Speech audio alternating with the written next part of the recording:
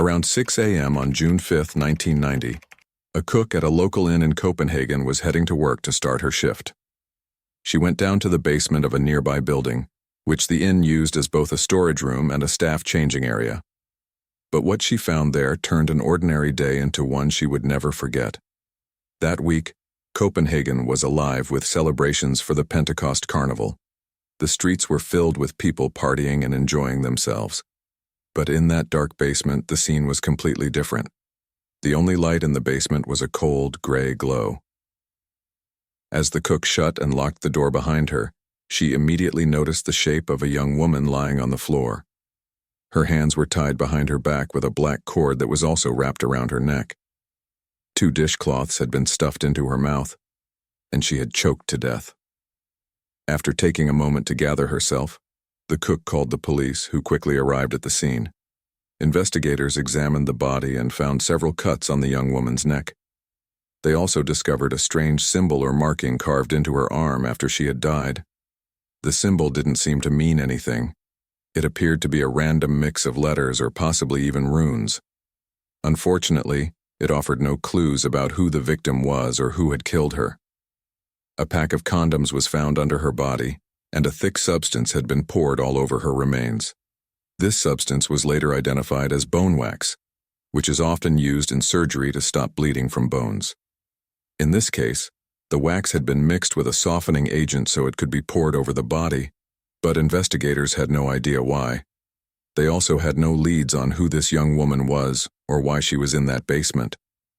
It didn't take long for her identity to be revealed. Just a few floors up in the same building, a young girl had been reported missing from her home. Her name was Stina Geisler, but she usually went by her middle name, Stina. She was an 18-year-old high school student who was just 3 days away from graduating. Stina was well-liked, known for being kind, intelligent, and always willing to help others. Her friends described her as bright and thoughtful. She also had a very close relationship with her parents and always told them where she was going. That's why her parents became alarmed when they woke up that morning and found her room empty. A quick glance outside confirmed their worst fears. Her bicycle was still there. Stina's bicycle was still in the courtyard, and anyone who has been to Copenhagen knows that bicycles are the main way people get around. The night before, Stina had been out at a friend's birthday party. Later, she and her friends moved the party to the city center to join the Pentecost festival. Around 2:30 a.m., she said goodbye to her friends and cycled home. No one was worried about her getting back safely. She hadn't had much to drink and even told her friends she needed to avoid a hangover because she had a family lunch the next day and had to study for an exam. That was one of the last things she said to them. The next morning, when Stina's parents were looking for her, they noticed her bicycle in the courtyard. This meant she had made it home at some point. Worried, they started calling family and friends to see if anyone had seen her or knew where she was. But no one had heard from her since she left the city center. As the hours passed, they ran out of answers. By evening, when Stina still hadn't shown up or contacted anyone, her parents reached out to the police. But by then, the police were already looking for them. Officers asked Stina's parents and younger brother to come to the station. That's where they broke the devastating news. Stina's body had been found in the basement of her own home. Investigators wasted no time. A packet of condoms was found under Stina's body, leading police to focus on her male acquaintances.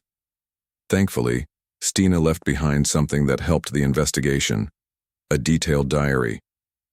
Throughout her teenage years, she had carefully documented her daily life, including the people she spent time with. Her diary listed many male names. Some were just friends, while others were more than that. But one name stood out immediately. It was a name investigators couldn't ignore. Stina had written about a romantic relationship she had with a 40-year-old journalist who worked for one of Copenhagen's major newspapers. Without wasting any time, police began looking into him. Investigators brought the journalist in for questioning, and he admitted to having a relationship with Stina, just as she had written in her diary. He was open with the investigators about their relationship, but there was one problem. He couldn't give them a solid alibi for where he was on the night Stina was murdered. This only made him more suspicious. However, without any physical evidence linking him to the crime scene, the investigators had no choice but to let him go. Despite the significant age gap between them, Stina was legally an adult, and their relationship wasn't a crime. With nothing to charge him with, the police had to release him. But soon, new witnesses started coming forward. Many people told the police that Stina had actually been with someone else on the day she was killed. After news of her murder spread, several witnesses reported seeing her spending time with a different man, a younger one with stubble and short hair. Some witnesses even recalled seeing Stina having lunch with this younger man at a local cafe during her work break on June 4th. Most of them didn't notice anything unusual about their interaction, but they were sure of one thing. This man was not the journalist. One witness, however, saw something that stood out. In the early hours of June 5th, a watchman who was patrolling the streets near the building where the Geislers lived, and where Stina's body was later found, reported seeing a young man with stubble and short hair standing in the doorway of the building. This was at around 2:55 a.m., right when Stina should have been arriving home. What made this even more interesting was that the watchman noticed something specific about this man. He was wearing leather trousers. This detail was especially important because just a few days before she was murdered, witnesses reported seeing Stina talking to a man outside her high school. He had short hair and was wearing leather trousers. Was Stina the victim of a stalker, or was this man closer to her than her diary suggested? Investigators focused on finding the man with short hair and leather trousers. Soon, they identified the man whom witnesses had seen having lunch with Stina the day before she was murdered. However, they couldn't confirm if he was the same person seen outside her school. What mattered most was that this man had a solid alibi for the night of her murder.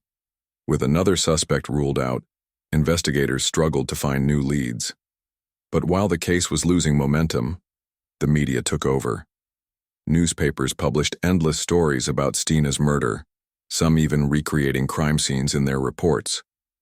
The case became one of the most talked about in the country, and later, with the rise of the internet, around the world. Despite all this media attention, no new clues emerged. Even an emotional plea from Stina's parents broadcast on national television failed to bring forward any useful information. In total, investigators conducted over 3,000 interviews, yet none led them closer to the truth. Stina's mother, Stine Geisler, passed away in 2020, nearly 30 years after her daughter's murder. In an interview with the Danish press, she shared how difficult it was for the family to decide whether to leave their home, an apartment just above the basement where Stina was killed. "I wanted to leave," she said. "I just couldn't bear the thought. But my husband said he understood that. Yet if we moved, we would feel like we were sitting on a desert island." Her words captured the pain that so many families feel, waiting for answers that never come, trapped between moving on and holding on to hope.